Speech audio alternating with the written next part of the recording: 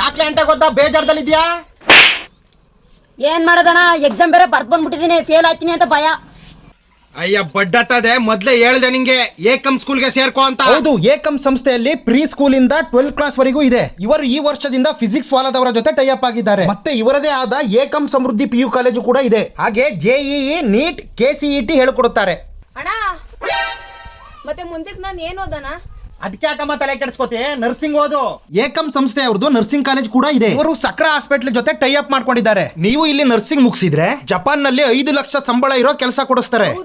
ನೀನೇನು ದೊಡ್ಡ ಲಾಯರ್ ತರ ವಾದ ಮಾಡ್ತಾ ಇದೀಯಾ?